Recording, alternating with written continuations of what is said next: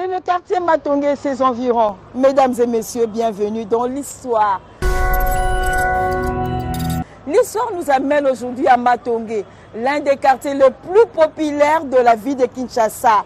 L'histoire nous rappelle que le mouvement de l'indépendance de la RDC est parti de ces quartiers avec la réunion de l'Abaco de Joseph Kasavubu. Situé dans la commune de Kalamu, dans une superficie de 1225 km² comprise entre le pont Bokassa, non loin du boulevard Sendoué, l'avenue Bongolo, l'avenue Kasavubu et la rivière Kalamu.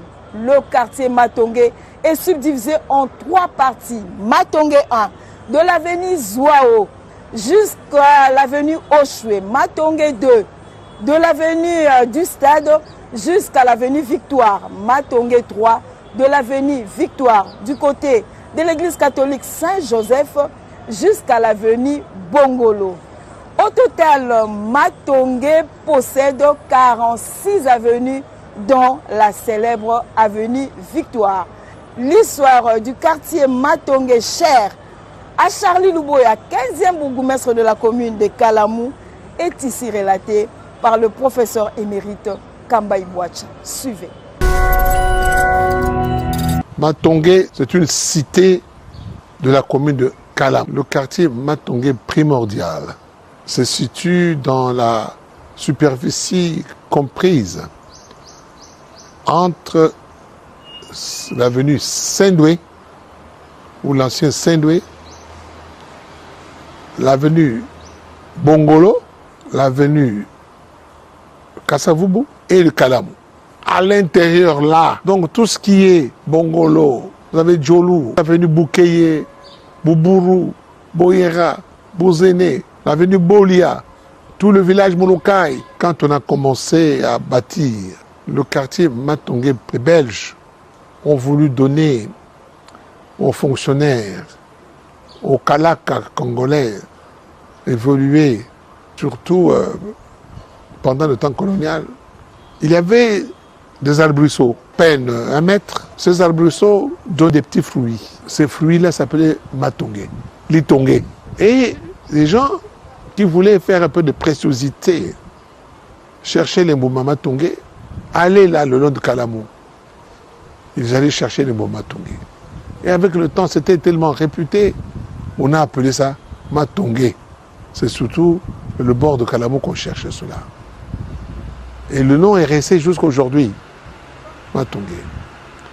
Avec l'indépendance, le constructeur de quartier Matongue, c'était un fonds belge, mais il y a eu un gouverneur, à un moment donné, mieux qu'un gouverneur.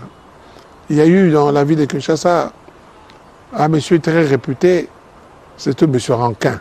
Pour honorer son nom, son envergure, son ingéniosité, on a appelé ce quartier-là quartier Rankin. C'est resté Rankin. Les Congolais, les Quinois, pour rester un peu dans la banalité, nous avons continué à appeler le quartier Matongue alors que c'était le quartier Rankin. Là, à cet endroit-là. Avec l'authenticité, il n'y avait plus de raison.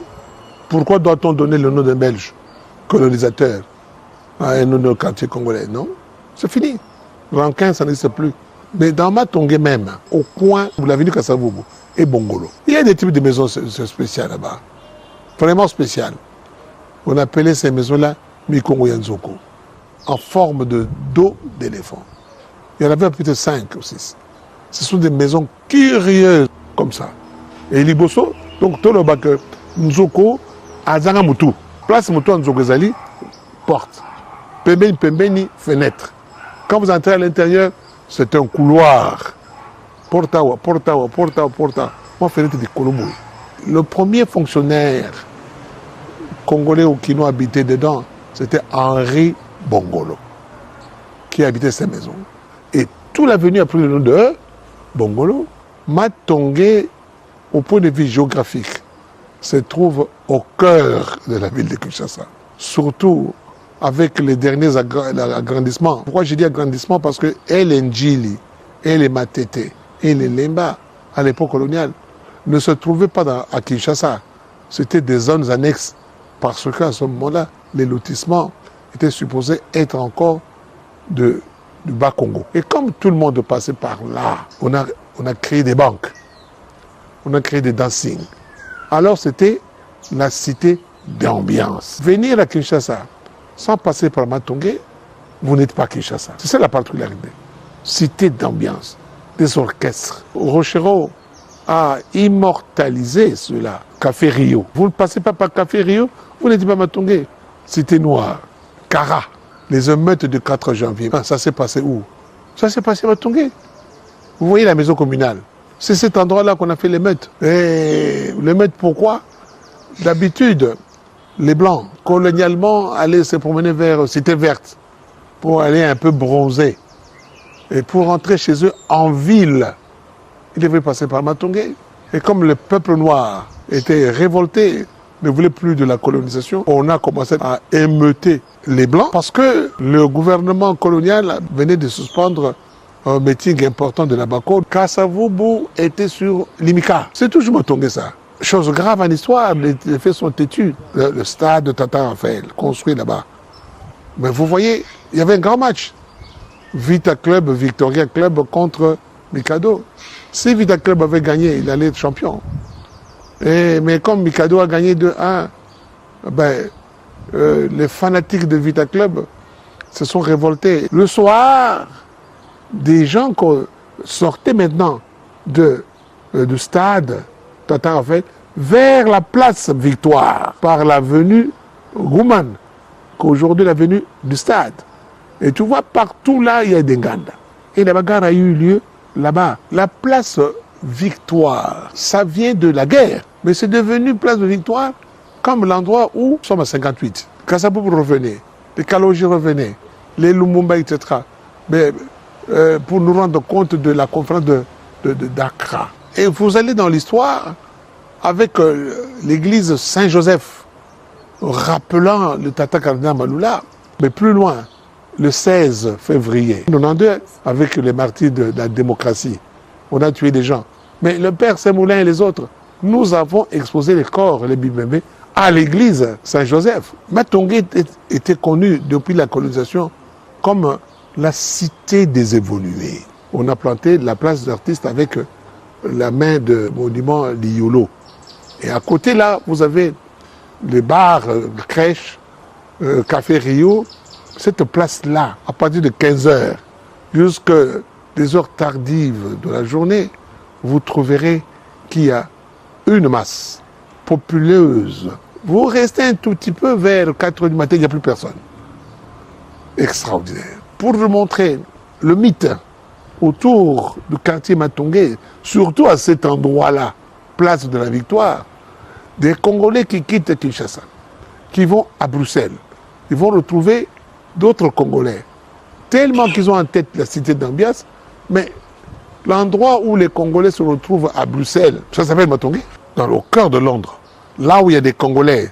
Maintenant, ce n'est plus tellement des Congolais, c'est des Congolais plus ouest-africains, plus les Haïtiens, plus le Toubado, Trinidad, Santa Lucia, sont là. Cette place s'appelle Matongé. Vous allez à Paris, n'en parlons pas. Il y a Matongé de France, ça s'appelle Matongé de Paris. À New York, Matongé de New York. Partout. C'est pour vous dire que c'est toute une histoire.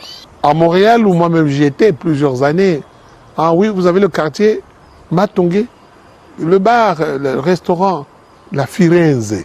Si vous allez à Matongé, vous trouvez des gens qui sont très gentils, mais aujourd'hui, cette gentillesse n'existe plus parce que Matongé a été envahi par les Ouest-Africains, par les diamantaires, par des badauds, par des chégués, par des voleurs.